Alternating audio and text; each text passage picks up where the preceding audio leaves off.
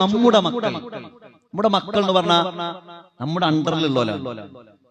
അപ്പൊ നമ്മൾ അവരെ ഇസ്ലാമിക നിയമപ്രകാരം 7 വയസ്സ് മുതൽ സംസ്കാരം പഠിപ്പിക്കണം. 7 വയസ്സ് എന്ന് പറഞ്ഞാൽ 2ാം ക്ലാസ്സാണ്. നമ്മളെല്ലാത്തിനും മക്കൾക്ക് ചിരിച്ചു കൊടുത്താല് സൈക്കോളജിക്കൽ പ്രകാരം തന്നെ കുട്ടി ഒരു തെറ്റ് ചെയ്യുമ്പോൾ ചിരിച്ചു കൊടുക്കാൻ പാടില്ല. കാരണം എന്താ, കുട്ടിയെ ഗൈഡ് ചെയ്ത് കൊണ്ടുപോകണം.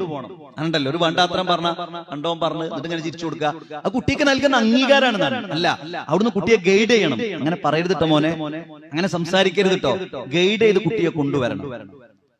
അപ്പൊ നമ്മൾ അവിടെ 7 വയസ്സു മുതൽ നമസ്കാരം ശീലിപ്പിക്കണമെന്ന് പറഞ്ഞ ഒരു മതത്തിന്റെ പ്രവാചകന്റെ അടുത്തിരുന്ന് ഭക്ഷണം കഴിക്കും. മോനെ സമ്മില്ല ബിസ്മി ചൊല്ലി, കുൽ ബിയമീനിക, വലത് കൈ കൊണ്ട് കുടിക്ക്, വലത് കൈ കൊണ്ട് തിന്ന്, നിന്റെ ഭാഗത്ത് നിന്ന് ഭക്ഷണം കഴിക്ക്. ഇതൊരു സംസ്കാരത്തിന്റെ ബാലപാഠങ്ങളാണ്.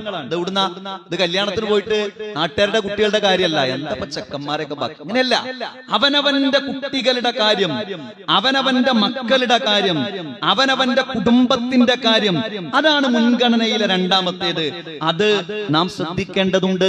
നമസ്കാരത്തിലെ പ്രാർത്ഥനകൾ നമ്മുടെ മക്കൾക്ക് അറിയുമോ?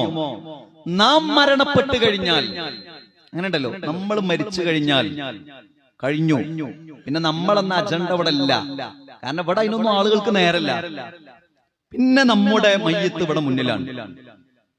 ഒരിക്കലും പള്ളിയുടെ മുന്നിലേക്ക് വരൂല എന്ന് വിചാരിച്ചവനെ വരെ കൊണ്ടുവരുന്ന സ്ഥലമാണ് ഈ മുന്നിൽ. ഇവിടുക്കാ കൊണ്ടുവരിക. ഇവിടുന്ന് പിന്നിൽ നിന്നിങ്ങനെ നിസ്കരിക്കുമ്പോ എന്റെ മയ്യത്ത് നമസ്കരിക്കുമ്പോഴുള്ള പ്രാർത്ഥന എന്റെ മക്കൾക്ക് അറിയുമോ? അറിയണല്ലോ. കാരണം നമുക്ക് വേണ്ടി അവസാനം അസ്സലാത്തു അലൈഹിമ, എന്താണ് പ്രവാചകരെ, എന്താണ് മാതാപിതാക്കൾ മരണപ്പെട്ടു കഴിഞ്ഞാൽ ഞാൻ ചെയ്യേണ്ടത്? നീ അവർക്ക് വേണ്ടി നമസ്കരിക്കണം.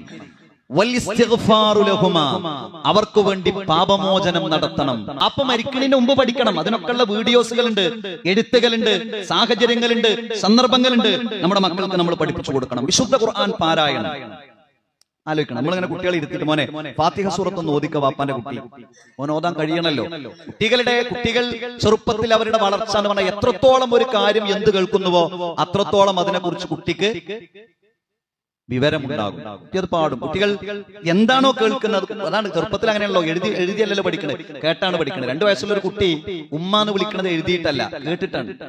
അപ്പൊ എത്രത്തോളം എന്ത് കേൾക്കുന്നുവോ അത് കുട്ടി പറയും, അത് കുട്ടി പാടും, അത് കുട്ടി ഓതും.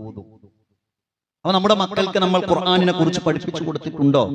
അപ്പൊ നമ്മുടെ കുടുംബത്തെ കുറിച്ച്, ഇസ്ലാമികമായ ആദർശത്തെ കുറിച്ച്, ഇസ്ലാമികമായ സംസ്കാരത്തെ കുറിച്ച് നമ്മുടെ കുടുംബവുമായി ബന്ധപ്പെട്ട് നമ്മൾ ആലോചിച്ച് നോക്കുക. അതേപോലെ ഇസ്ലാമിക സംസ്കാരവും നമുക്ക് വൈകാരികമായി നാം പ്രതികരിക്കുന്ന കുറെ വിഷയങ്ങളുണ്ട്. ഇപ്പൊ ഇസ്ലാമിക വേഷം, ഒരു പെൺകുട്ടിയുടെ ഇസ്ലാമികമായ വേഷം, എന്തെങ്കിലും ഒരു നിയമം ഒന്നും വിചാരിക്കുക. ഇപ്പൊ സ്ഥാപനങ്ങളിൽ ഇസ്ലാമിക വേഷം ധരിക്കാൻ പറ്റൂല, എല്ലാവരും ഇറങ്ങൂലേ? ഇന്നിപ്പം നിലവിൽ ധരിക്കുന്നതിന് കുഴപ്പമൊന്നുമില്ലല്ലോ. ഇന്ന് എത്ര ആൾ ധരിച്ചു പോകുന്നുണ്ട്? ഇപ്പൊ നിലവിൽ പ്രശ്നമൊന്നുമില്ല, ഇസ്ലാമിക വേഷം ധരിക്കാം.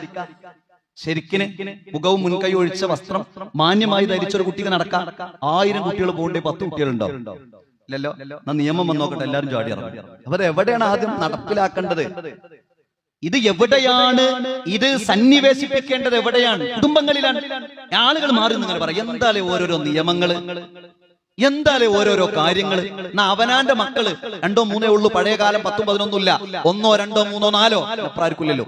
ഈ 4 എണ്ണത്തിലുള്ള 2 എണ്ണം വീട്ടിൽ നിന്ന് ഇറങ്ങുമ്പോ എന്റെ മകൾ ഇസ്ലാമികമായ വേഷം ധരിച്ചിട്ടാണോ പോണത്? നമുക്ക് പ്രശ്നമല്ല.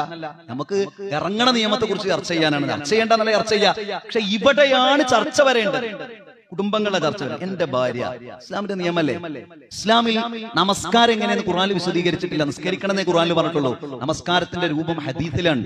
പക്ഷെ ഇസ്ലാമിൽ ഒരു സ്ത്രീ എങ്ങനെ വേഷം ധരിക്കണമെന്ന് ഖുർആനിലുണ്ട്. ഒരു സ്ത്രീയുടെ ഔറത്ത് ആർക്കൊക്കെ കാണാൻ പറ്റുന്നുള്ളത് വിശുദ്ധ ഖുർആനിൽ ഇങ്ങനെ എണ്ണി ആളെ സൂറത്തുൻ നൂറിൽ പറയുന്നുണ്ട്. അപ്പോ ഇസ്ലാമികമായ സംസ്കാരവും ഇസ്ലാമികമായ വേഷവും ഇസ്ലാമിക സ്വഭാവവും ഇസ്ലാമിക ആദർശവും ഒക്കെ നമ്മുടെ കുടുംബങ്ങളിൽ എത്രത്തോളം നിലനിൽക്കുന്നുണ്ട് എന്നതിനെ കുറിച്ച് വൈകാരികതകളില്ലാതെ സമാധാനത്തോടുകൂടി നാം ചിന്തിക്കുകയും ആലോചിക്കുകയും ചെയ്യേണ്ട ഒന്നാണ്.